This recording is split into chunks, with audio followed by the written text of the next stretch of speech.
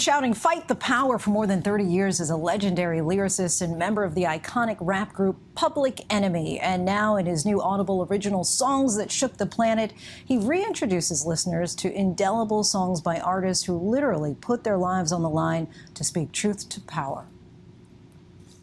How difficult was it to come up with the songs for Songs That Shook the Planet? Quite easy, because I come from a different time where all these songs were in your head. We didn't have gadgets. We didn't have iPods. We didn't have all these different things that you was able to access maybe a million songs at your fingertips. So they rang in my head. Being from DJ culture, I'm able to go deep crates on anybody, meaning going into deep cuts.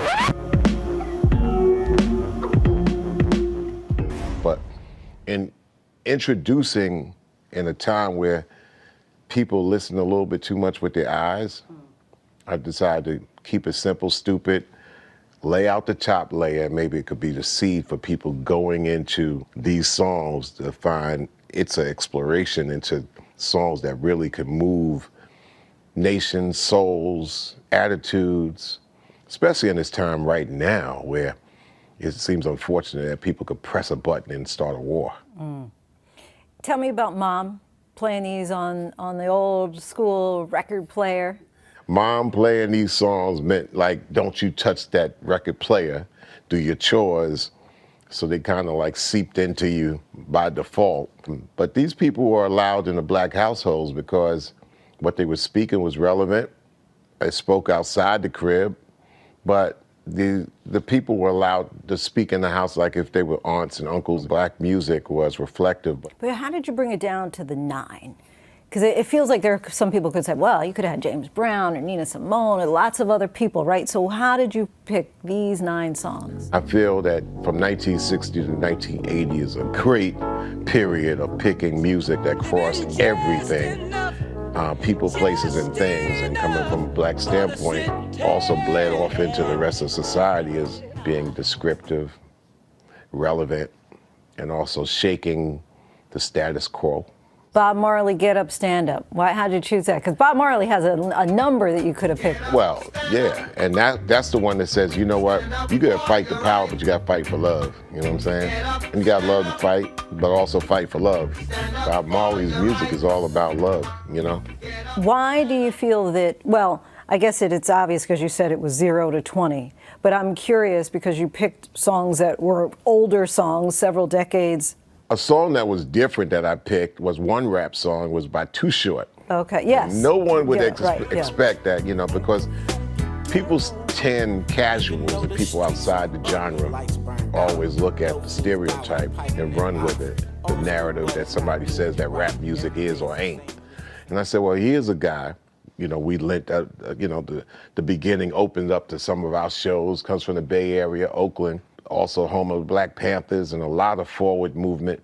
Here's a guy known for like one type of blue type of rap music, but also did that one song that made everybody say, yeah, man, this is good for us. And just to say, you know, songwriters can come out of anything and say anything to be able to push us forward. I think a lot of rap artists and hip hop artists over its 50 years haven't been given the credit that they could too make songs like Bob Dylan and Billie Holiday. Are current songs still shaking the planet? I think current songs, I think today people move to what they see, maybe a little bit too much. People listen with their eyes. So it's music today, it's not just sound. When I was growing up, music today is sight, sound, story, and style.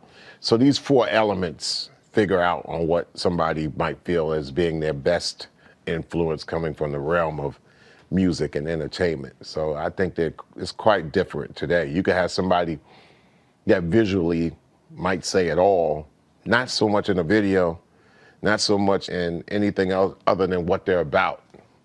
And that resonates to young listeners or watchers and viewers or experiences today.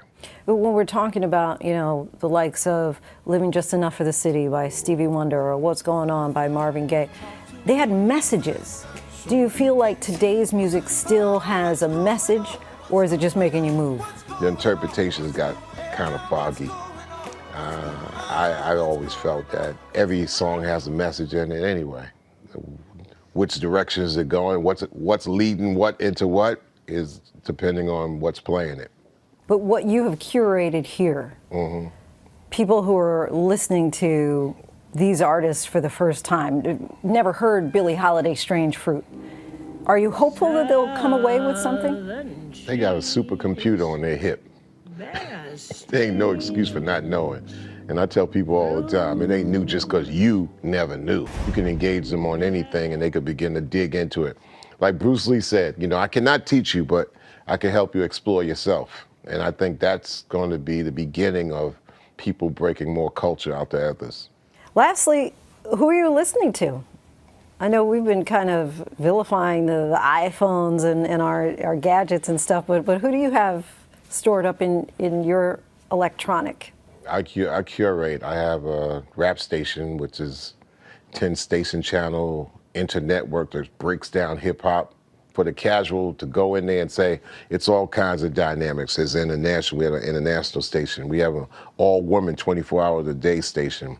We got the visual side, rstvapp.com, which shows our stuff from our streams. And I spend my time at what all my people do over there to listen to what I listen to.